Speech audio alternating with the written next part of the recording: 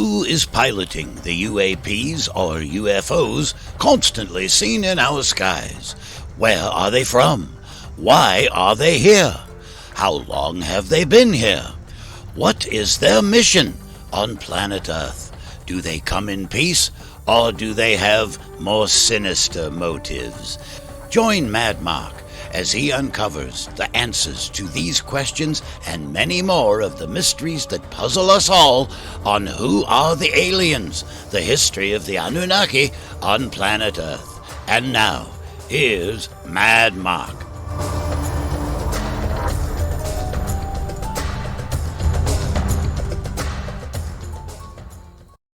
Today's episode, more on the atomic bombing of Sodom and Gomorrah and the end of the Sumerian Empire from the Anunnaki perspective.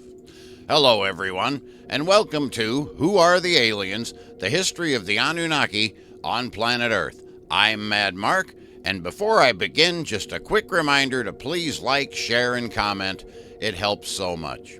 Today we conclude our studies of Zecharia Sitchin's third book, The Wars of Gods and Men, published by Avon Books in 1985. Before I get started, I get many comments on my show from you wonderful viewers, mainly on TikTok and Instagram, but I received one the other day from a gentleman who did something a bit different.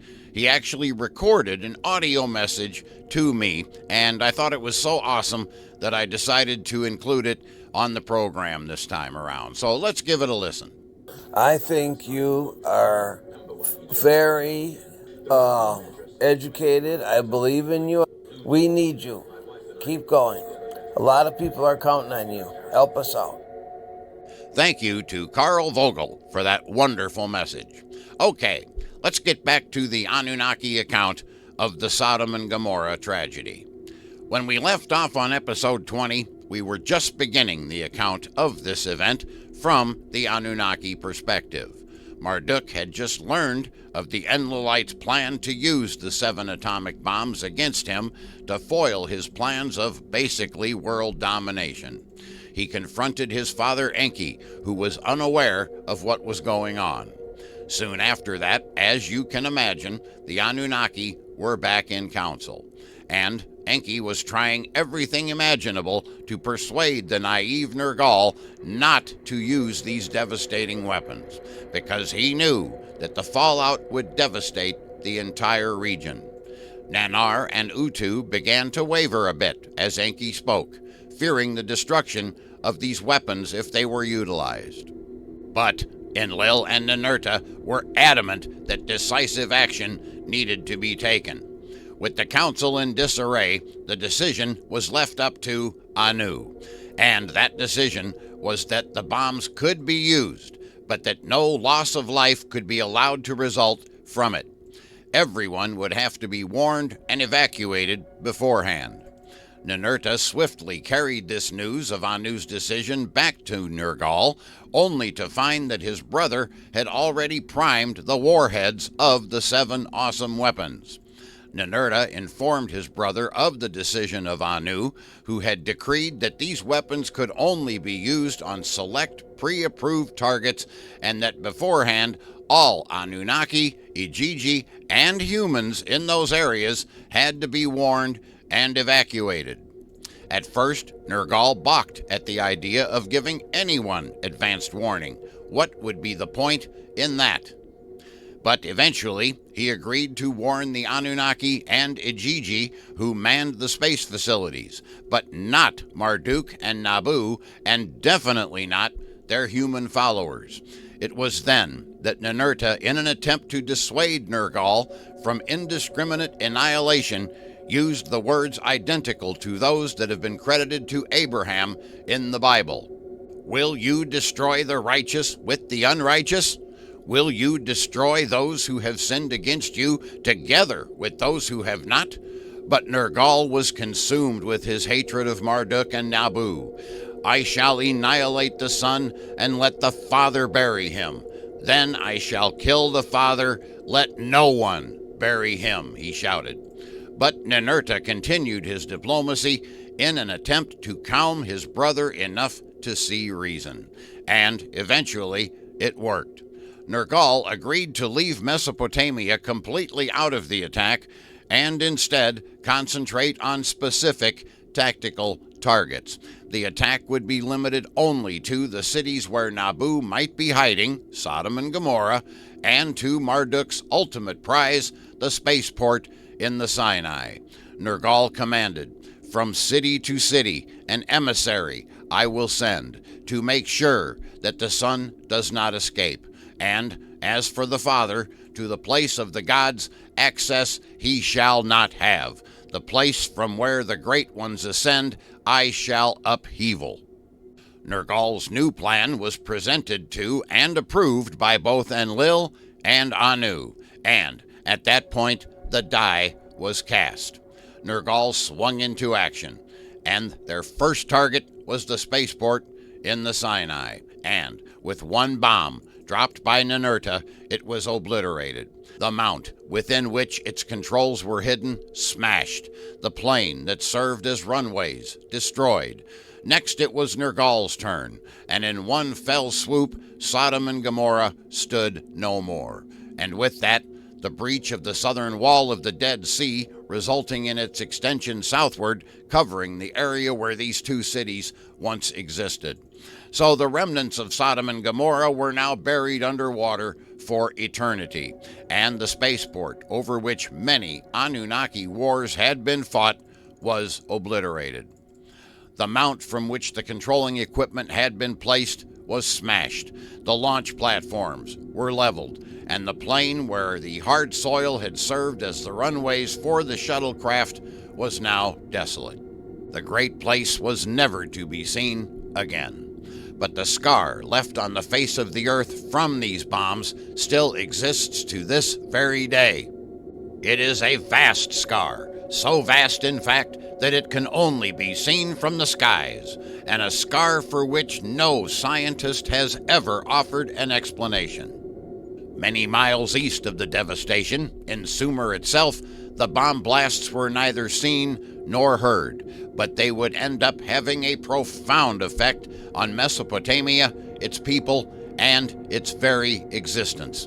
For there is a consequence of exploding an atomic or nuclear device, one that the Anunnaki had either forgotten about or failed to realize. These explosions gave rise to an immense wind, a radioactive wind, an evil wind, and Sumer lay directly in its path. Sumer itself became the unknowing victim. The fate that befell Sumer at the end of Abi-Sin's 6th year as king is described in many lamentation texts, long poems that bewail the demise of the great Sumerian cities. Not from war, as historians originally thought. No, this was from a sudden occurrence that happened not in a slow succession as with an invasion, but all at once.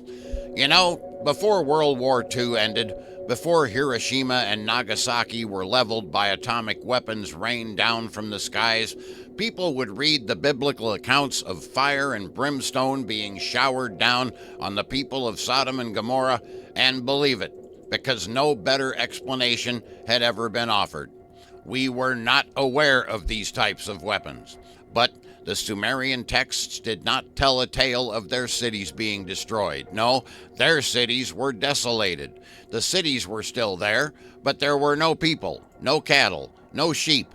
The rivers still flowed, but the water was bitter, and in the fields were weeds where crops once grew. This destruction of the spaceport and Sodom and Gomorrah, immediately followed by the devastation of Sumer, was unique and had never been experienced on Earth before until the bombs were dropped on Japan. The shadow of death that came to Sumer was not by the hand of an enemy army. No, this was an unseen death. According to many texts, it was an evil that roams the streets and is let loose in the road. It stands beside a man, yet none can see it. When it enters a house, its appearance is unknown. There was no defense against this evil, which assailed the land like a ghost. The highest walls it passes as if a flood. No door can shut it out. No bolt can turn it back. Through the door like a snake it glides, through the hinge like a breeze it blows. Those who were behind doors were felled inside. Those who ran to the rooftops died on the rooftops. Those who fled to the streets were stricken in the streets. Cough and phlegm weakened the chest. Mouths were filled with spittle and foam. They all died a most gruesome death. The source of this unseen death, as we now know, was the nuclear fallout from the bombs dropped on the spaceport and Sodom and Gomorrah. The radioactive evil that was carried into Sumer by a howling wind, a great wind which sped from high above, an evil wind which overwhelmed the land. The two sons of Enlil, Ninurta and Nergal, in their attempt to stop Marduk in his quest of world domination, had unleashed the 7 awesome weapons which were created by the Anunnaki on planet Nibiru and somehow smuggled here to Earth. The ancient descriptions of this event are as vivid as a modern-day account of a nuclear blast would be. As soon as the weapons hit the ground, there was an awesome brilliance. They spread awesome rays towards the 4 points of the earth, scorching everything like fire. An atomic mushroom then rose to the sky and was followed by rushing wind gusts. And these winds, blowing from west to east, began to spread towards Mesopotamia. The dense clouds that bring gloom from the sky and spread that gloom from city to city. This unseen wind of death moved slowly over Sumer. Its passing lasted for 24 hours, a day and a night, which brought an end to Sumer and has been commemorated by laments in the ancient texts ever since. The Uruk lament provides us with a vivid description of the events that unfolded as a result of the radiation cloud moving across the region. Although Enki had tried to warn the rest of the Anunnaki about the devastation that would result from unleashing the power of these weapons, most of the gods were completely unprepared for the havoc that ensued. The texts tell us that the great gods paled at the immensity of the catastrophe as they witnessed the explosion's gigantic rays reach up to heaven and the earth tremble to its core. As the evil wind began to move towards Sumer, the great gods began to flee their beloved cities. The texts known as Lamentation over the destruction of Sumer and Ur provide us with a dramatic look at their hurried abandonment. Ninhursag wept in bitter tears as she escaped from Isin. Nanchi cried, "Oh, my devastated city," as her beloved dwelling place became the evil wind's next victim. Inanna Ishtar hurriedly departed Uruk and sailed off toward Africa in her submersible ship, complaining that she had no time to pack her jewelry and other possessions. The citizens of Uruk were seized by terror as the gods of the city set off the alarm. In the dark of night, they announced to the people, "Rise up, run away, hide in the plains," they instructed. But no sooner had these deities sounded the alarm than they departed the city for parts unknown. The texts tell us that thus all of its gods evacuated Uruk. They kept away from it. They hid in the mountains. They escaped to the distant plains. And the humans were left to fend for themselves in chaos, leaderless and helpless. Mob panic broke out in the cities as the people tried to understand what exactly was going on. Why had the gods fled in panic? What type of danger is coming? The humans were left with no guidance or instruction as they attempted to understand this enemy that they could neither see nor hear.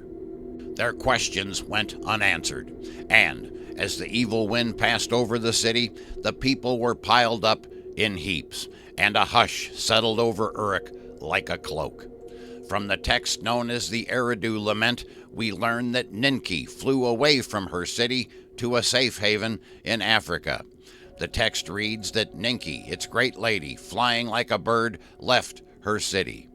Enki too left Eridu, but only far enough to evade the radiation and yet close enough to witness its fate. Its lord stayed outside the city and wept bitter tears.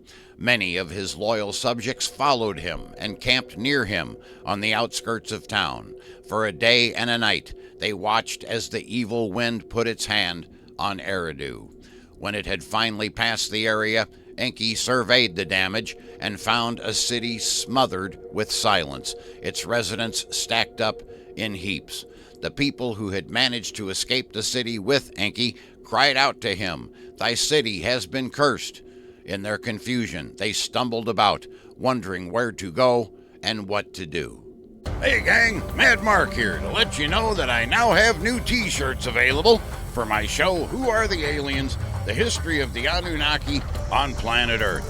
You can find these cool new shirts by searching Who Are the Aliens shirts on Amazon or by clicking the link on my website at madmarktv.com. They are available in a variety of sizes and colors with delivery through Amazon, a name you know and trust. That's the all-new Who Are the Aliens t-shirts, just like the one you see me wearing right here. Get yours now. But Enki, knowing that the city was still unsafe, led them into the desert towards the barren lands, where he then used his scientific knowledge to make the foul trees edible. As for Marduk, who was in Babylon on the northern edge of the evil wind's path, he sent an urgent message to Enki as the cloud of death neared his city. "What am I to do?" he asked. Enki's advice, which Marduk then relayed to his followers, was that those who could leave the city should do so and flee to the north. If they were unable to leave the city, then find a way to get underground. Get thee into a chamber below the earth, into the darkness, until the evil wind has passed, they were instructed. The radiation cloud's slow advance misled some of the Anunnaki into making costly delays. Though Ninurta was gone, his spouse continued to linger within the city, crying for its destruction. And that delay almost cost her her life. In Ur, Nanar and Ningal refused to believe that the damage to their cities was permanent. Nanar begged his father Enlil for a solution, but the answer was that the fate of the city could not be changed. Ningal recalled the events in her poem written some time later. The storm was ever breaking forward, its howl overpowering all. Of that day I still tremble. From that first day's foul smell we did not flee. As day turned to night, a bitter lament was raised in Ur, and Ningal wrote that of that night's foulness we did not flee. When the wind finally reached the great ziggurat of Ur, and the goddess realized that she and Nanar had now been overtaken by the evil wind, they hurried into an underground chamber within the ziggurat. There they stayed until the following day, when the wind had left the city. Before they fled, the text relates that they put on garments, obviously some sort of radiation suits, and hastily fled the city that they had loved so much. As they left, they surveyed the death and desolation. The people, like potsherds, filled the city streets. Inside its lofty gates, dead bodies were lying around. In its boulevards, scattered they lay. The dead were not brought to burial. The bodies, like fat placed in the sun, of themselves melted away. And Ningal raised her head in great lamentation for Ur, the once majestic city, the head city of Sumer, the capital of an empire. O house of sin in Ur, bitter is thy desolation. O Ningal, whose land has perished, make thy heart like water. The city has become like a strange city. How can one now exist? The house has become a house of tears. Ur and its temples have been given over to the wind. All of southern Mesopotamia lay dead, with its soil and water left poisoned by this radiation cloud. On the banks of the Tigris and Euphrates, only sickly plants grew. In the swamps grew sickly-headed reeds that rotted in the stench. In the orchards and gardens there was no new growth. The cultivated fields were not hoed. No seeds are planted in the soil. No songs resounded in the fields. In the countryside the animals were also affected. On the steppe, Cattle, both large and small, were scarce. All living creatures had come to an end. The sheepfolds had been delivered to the wind. The stalls provide no fat and cheese. Ninurta's bombs have emptied Sumer of milk. The storm crushed the land and wiped out everything. It roared like a great wind over the land. No one could escape it. The homes and cities lie desolate. No one treads the highways. No one seeks out the roads. The desolation of Sumer was complete. 7 years after the evil wind devastated Sumer, life began to stir once again. But the land was no longer that of Sumer. It was now occupied by Elamite troops in the south and Guchian troops in the north. A hitherto minor city named Isin became the area's temporary administrative center, with the governor of Mari brought in to rule. Documents from those days reveal that the local residents complained that one who is not from Sumerian seed was given the rule over Sumer. His name was Ishbi-Era, a Semite and a follower of Nergal.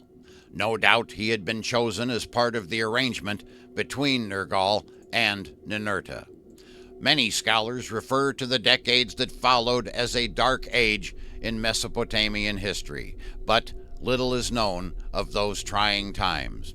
Many of the gods had left the earth, and of those that remained, most were silent, undoubtedly pondering which direction to take from here, eventually choosing to rule from the shadows.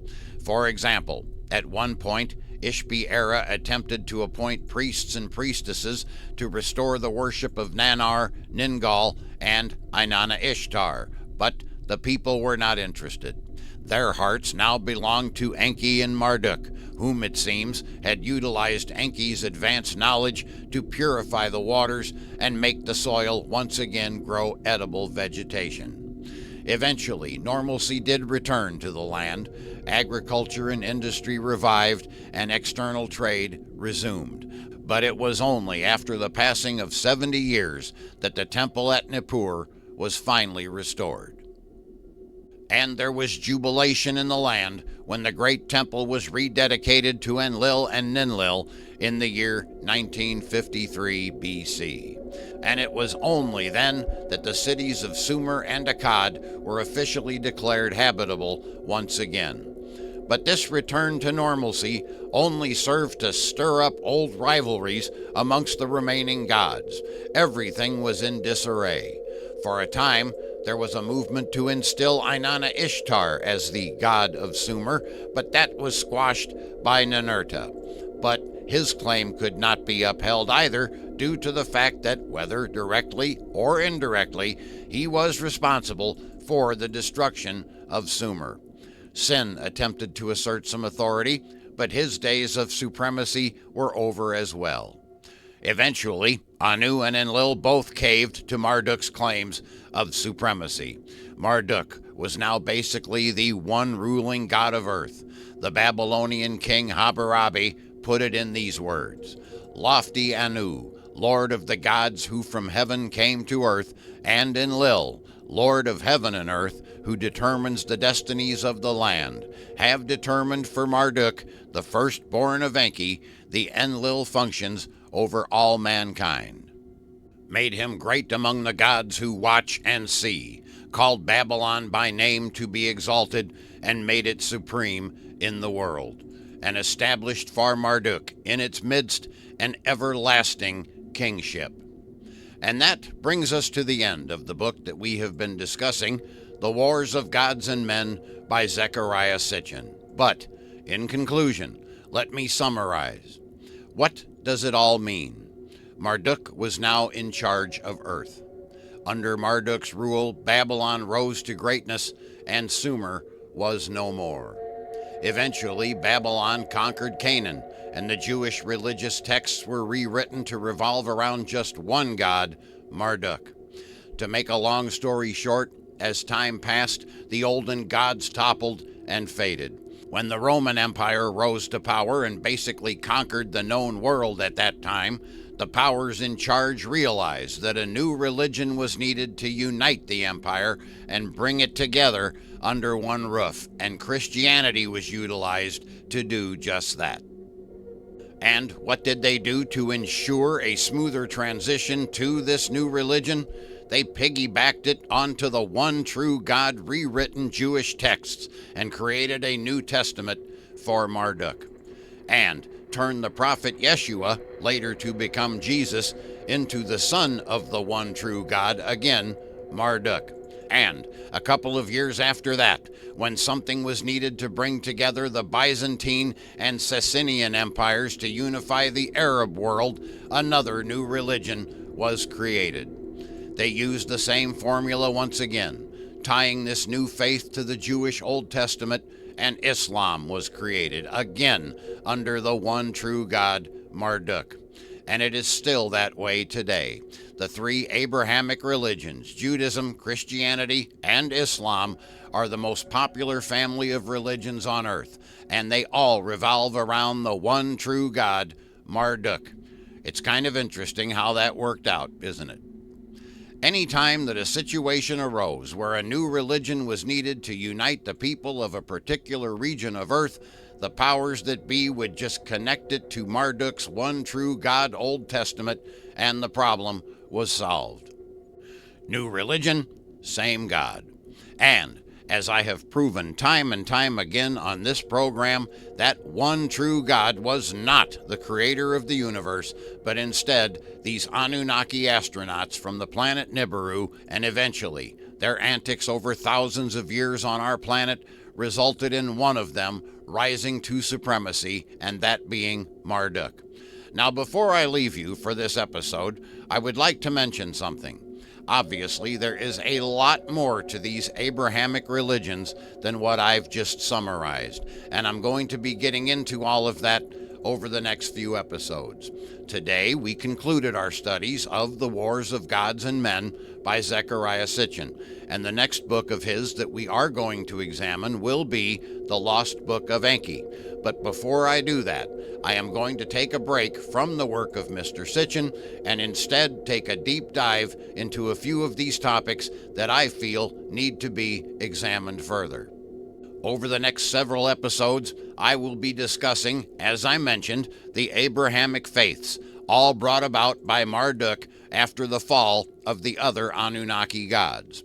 Another subject I wish to discuss here is racism. Now, you might not think that racism has anything to do with the Anunnaki, but you would be wrong. I have a theory that I have been working on regarding this subject, because I believe that if we want to eradicate this problem, we first have to understand why it exists. And yes, it does involve the Anunnaki. And the final subject I wish to cover is something that the Anunnaki have kept hidden from us since the day we were created, a topic that I like to refer to as The Secret, taken from the movie of that same name, the power of the universe that resides inside each and every one of us. Now, these are all going to be hard-hitting topics, and undoubtedly these shows are going to ruffle some feathers. You will need an open mind to walk down these paths with me. Some of the things I will be covering on these episodes may lift your spirit, and others might just piss you off. But as they say, the truth hurts. But what have I always been about discovering on this show? That's right, the truth. Because the truth will set you free. And knowledge is power. So be prepared to experience many different emotions as I cover these topics. But always remember, I come to you in love. It is sometimes necessary to upset you in order to enlighten you. The truth can sometimes be painful, so don't hate the messenger. But we can't truly understand where we are today without examining the things that got us here. And once we understand them, we can overcome them and rise together as we were always intended to do. But first, we have to go into the darkness to uncover these truths. So, if you think you can handle it, if you feel that you are ready, Stay tuned to this program because we are about to embark on a wild ride. And that is where I leave you for this episode. You have quite a lot to digest there. We have so much more to cover and learn. It's unbelievable. I am Mad Mark, and I sincerely hope that you have enjoyed this episode. Please like, share, and comment. It helps so much. And please tell your friends and help spread the word about this show. If you have any questions regarding the content discussed on this program, you can just message me through madmarktv.com or on any of my social media platforms. Lastly, I would like to remind everyone that listening to this program is no excuse to not read the book that we have been discussing here, The Wars of Gods and Men by Zecharia Sitchin. It is an amazing work, and I am leaving out much information in order to keep the show flowing properly. So do yourselves a favor and read that book. Who Are the Aliens? The History of the Anunnaki on Planet Earth is written and produced by me, Mad Mark. Today we have taken another step in our ongoing journey to discover the truth. I promise you that things will get more and more interesting the further we delve into this topic of who are the aliens, the history of the Anunnaki on planet Earth. Bye for now.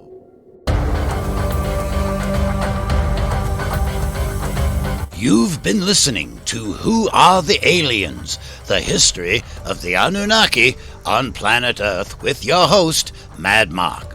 Join us again on our next program when Mad Mark will once again uncover the answers to the mysteries that puzzle mankind.